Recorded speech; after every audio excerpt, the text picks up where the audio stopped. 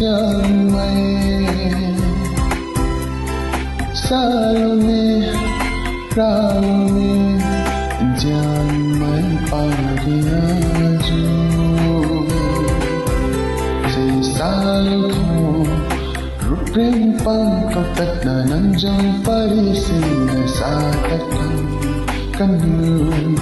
Lật xa lâu căng thai makang nang jong pari sa kukhang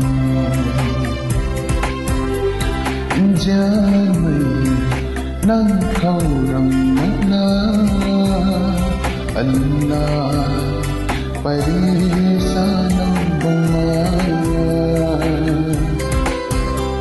mapanti pumadu ng kami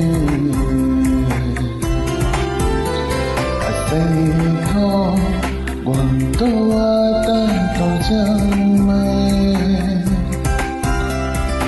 Salome Ralome jamay pariaju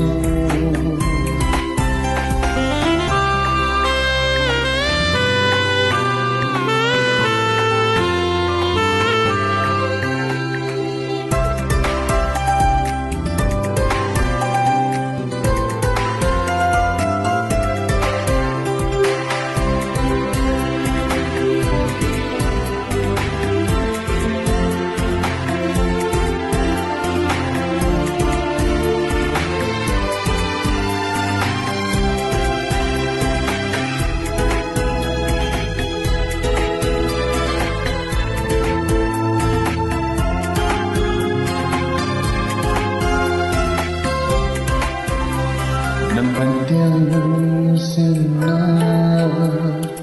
thân tôi đi ở xì thô nắng mong không nơi mây quay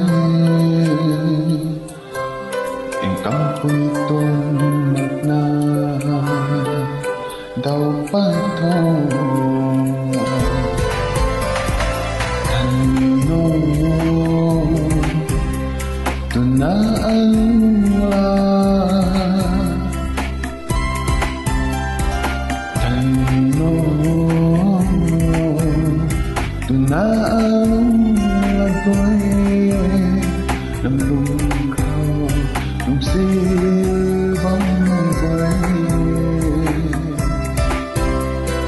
sa lubin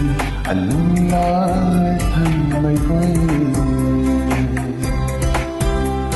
asay ko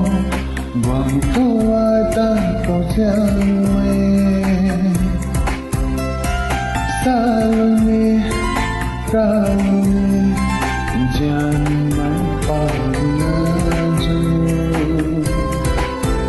se salto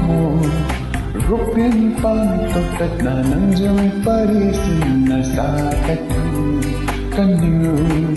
Lật xa lâu căng thai makang nang jong pari sa kukhang nang jong pari sa kukhang